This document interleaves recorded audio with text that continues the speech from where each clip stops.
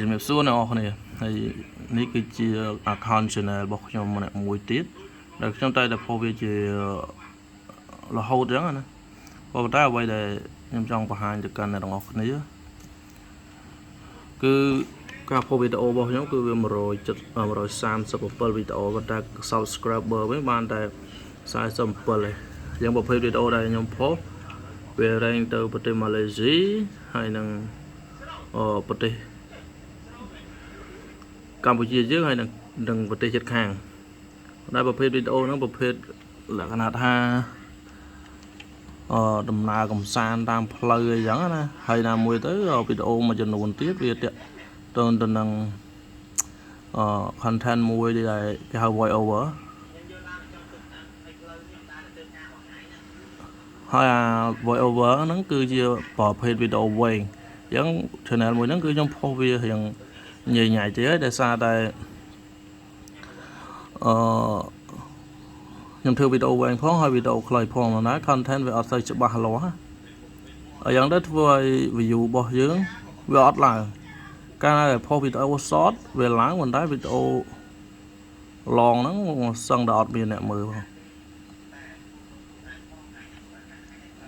ហើយយ៉ាងទៅអត់សូវបានផុសនៅ channel ហ្នឹងឯណោះគ្នាតែបើសិនជាអ្នកគ្នាបានឃើញហើយកុំភ្លេចជួយ subscribe channel YouTube ឡានឹងម្នាក់មួយផងដើម្បីឲ្យខ្ញុំមានចិត្តថាចង់កាត់វីដេអូនៅក្នុង channel ហ្នឹងបន្តទៀតចឹងណាអាហ្នឹងខ្ញុំធ្វើមិនចូលគ្នាទេអត់ដែរ content អីទេ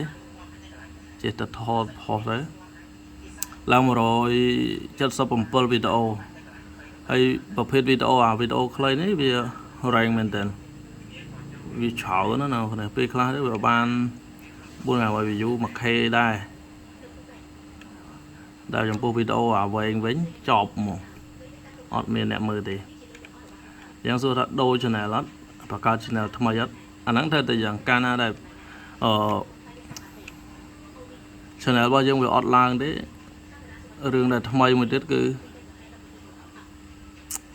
បង្កើត channel ថ្មី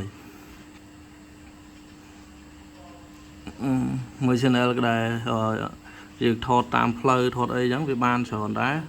400 view ទៅ500 view អីដែរវាអត់តិចទេប៉ុន្តែបើសិនជាហ៊ានដាក់វីដេអូវែងចូលមួយចប់មកអត់មានអ្នកមើលមកអាហ្នឹងពេលខ្លះ content លេងត្រូវគឺបែបហ្នឹងហើយលេងខុសគឺបែបហ្នឹងយើងគិតទៅអ្នកនរគ្នាវា137វីដេអូហើយវាមិនគួរណាបានតែ47 subscriber អញ្ចឹងដោយសារតែវីដេអូយើងវាអត់តាក់ទាញកាលណាដែលអត់តាក់ទាញហើយវាអត់មានអ្នកមើលទេហើយវាអត់រែងទៅកាន់អ្នកមើលច្រើនទៀតដោយសារតែសូម្បីតែសួយក៏អត់ឃើញដែរអ្នកនរគ្នាហើយបើសិនជាវីដេអូយើងអត់រែងអត់ត្រូវស្តង់ដារបស់ YouTube ហ្នឹងហើយហើយឈ្មោះ channel របស់ខ្ញុំអ្នកឃើញហើយមិញហើយបើឃើញហើយជួយចុច subscribe channel YouTube ឡើងនឹងម្នាក់មួយផងចាំខ្ញុំដាក់ link នៅខាងក្រោមហ្នឹងមិនតែប៉ុណ្្នឹងឯង